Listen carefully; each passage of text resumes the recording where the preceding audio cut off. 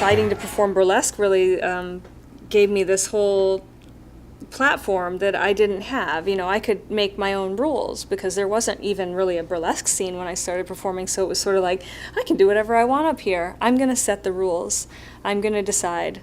And even now, sometimes when I'm at my most self-critical and I might get nervous, like, oh, you know, I might be nervous, oh God, you know, Kylie Minogue's in the audience, Catherine Deneuve's in the audience, Beyonce is in the audience, like very nervous about who's in the audience and how they're amazing dancers or singers, and I don't have any real talent, you know. So those are like the things that I have to overcome, and then I've told myself, like, hey, this is burlesque. It's different.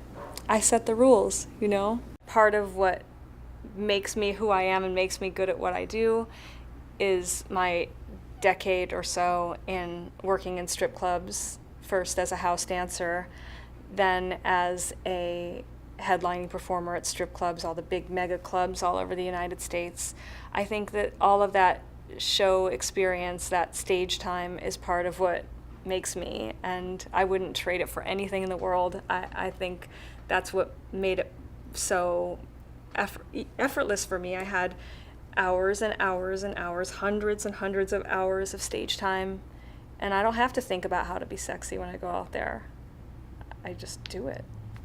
I mean, this idea of a band and deliberately coming off and taking off clothes to music in this way, especially set in time in the 1930s and 40s, this is no one can deny that this is a very American invention. You can definitely say that burlesque started here, you know, in certain places where it was, you know, Lydia Thompson and her dancing girls that showed their leg, but this idea of like the boom chicka boom with the walking down the runway and taking off your clothes in a very deliberate way, and, you know, to this kind of big band music is an American thing, and so that's something I'm very proud of.